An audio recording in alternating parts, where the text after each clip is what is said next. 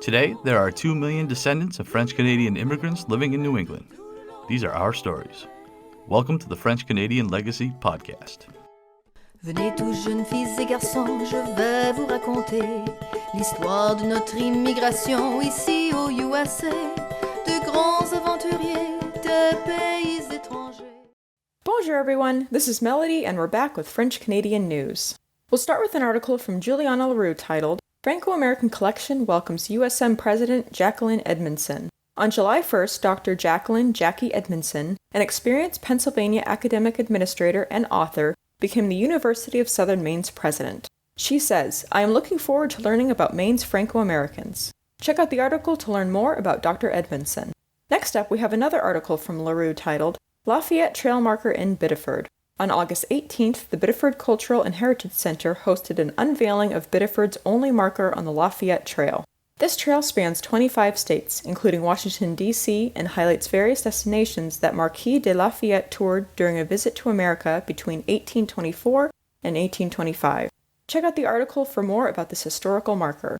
There's a new post on the FAC blog titled Pumpkin Racing, which talks about the tradition of racing in carved-out pumpkins on the Biencourt River in Quebec. Lastly, we have 2 new posts on Query the Past by Patrick Lacroix. Check out A Complete 180, Webster, Ashburn, and Hindsight, and Those Other Franco-Americans, New Biddeford Part 2. And now on to events. On August 19th, from 6 p.m. to 8 p.m., check out the Franco-American Center's summer celebration, Fête d'été, at the Brook in Seabrook, New Hampshire.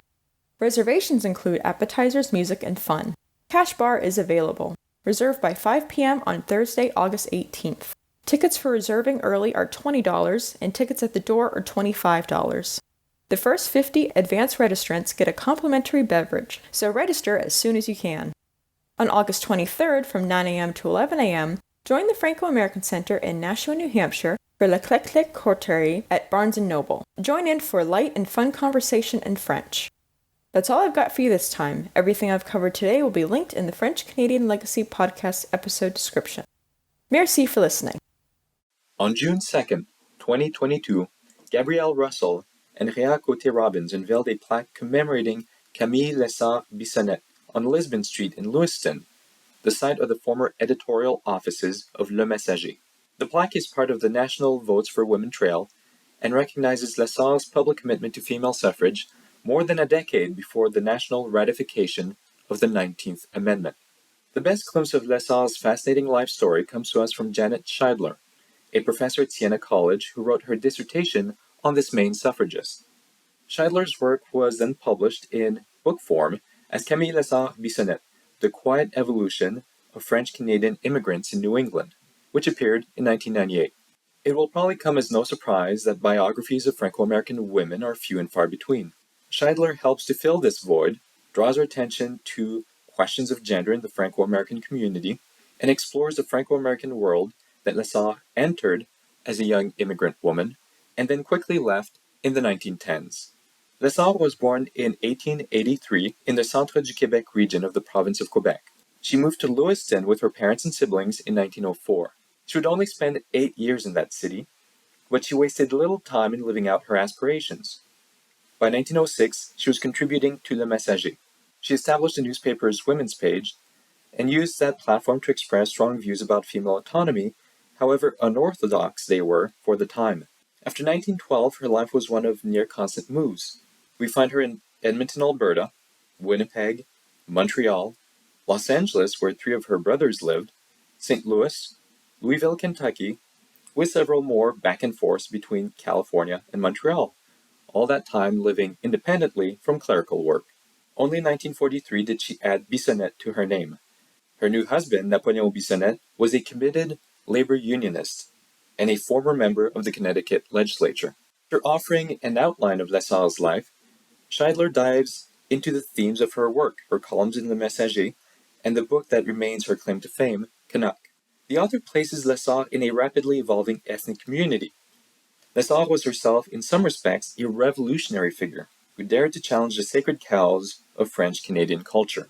Scheidler writes, quote, that Lessard-Bissonnette violated all literary and ideological laws by her treasonous demystification of Quebec society.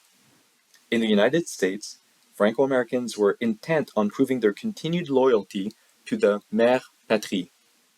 Thus, they were often even more reluctant than their counterparts in Quebec to criticize the very reactionary ideologies and socio-economic policies that had driven them from the province. End quote. Scheidler refers to a stridency that revealed an embrace not of French-Canadianness, but of Franco-Americanness. For its part, Canuck, written more than 20 years after Lessard left Lewiston, occupies much of Scheidler's analysis, which provides historical context and probes Lessard's view of Franco-America.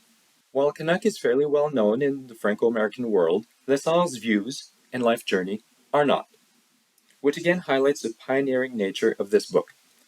Professor Scheidler's work is available for checkout from many academic libraries throughout New England, New York State, and Quebec, or it can be ordered through interlibrary loan.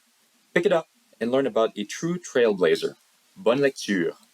Now, this week's guest is a gentleman I had the privilege of meeting at New York City. So after the event we had at the Organisation Internationale de Francophonie, their offices at the United Nations down in New York City, for the book that was French All Around Us, the very cool book project I was very happy to be involved with. We had after that event, which was really neat, we got together and we watched a segment of a film. Now, this is a film was about the legends of the Franco-Americans who settled in the region of the Mississippi River, the Illinois region in Missouri.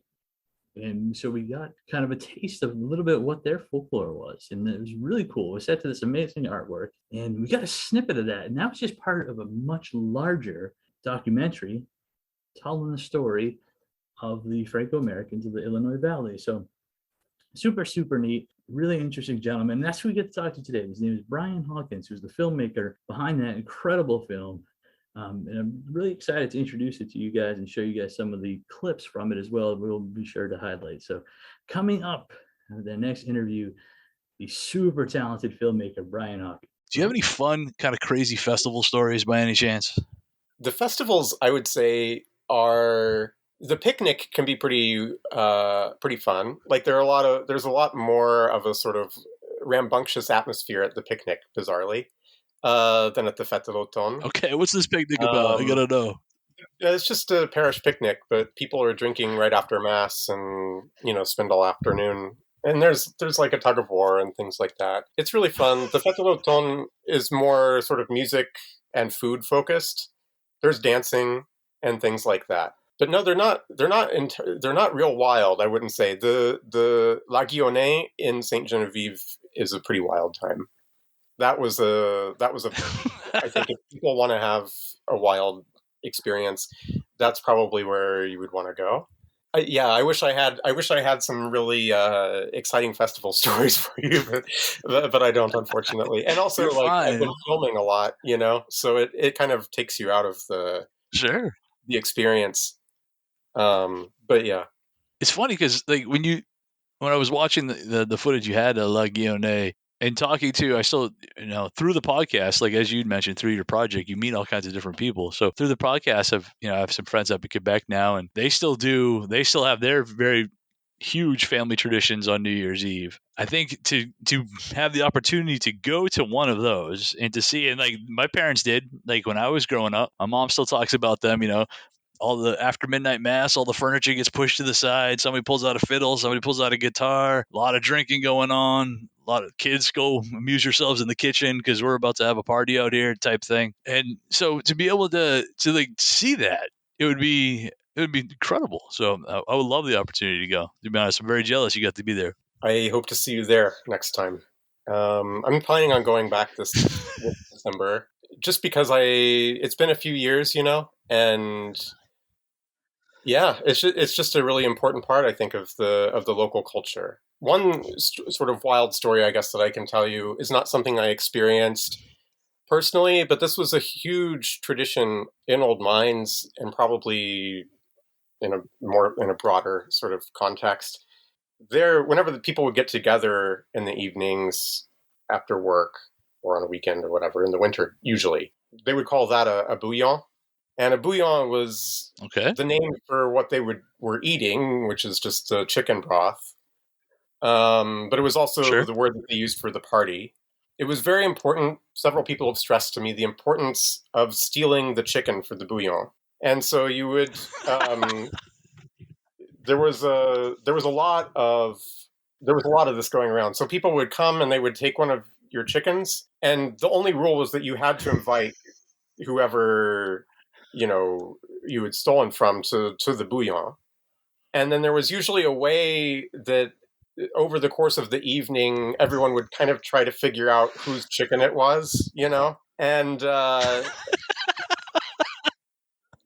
and then there would be acts of revenge, right? So then someone would have to you would then be kind of setting yourself up to be the victim of the next chicken theft.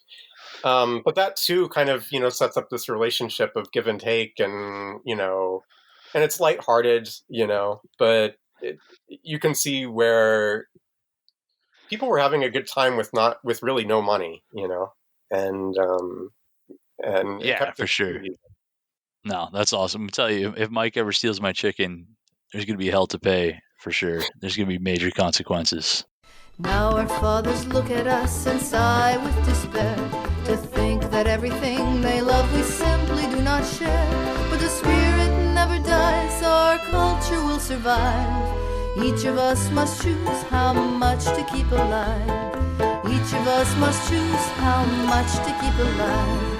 Special thanks to Josie Vachon for providing the music. You can find more about her at josievachon.com. This podcast was produced and edited by Mike Campbell.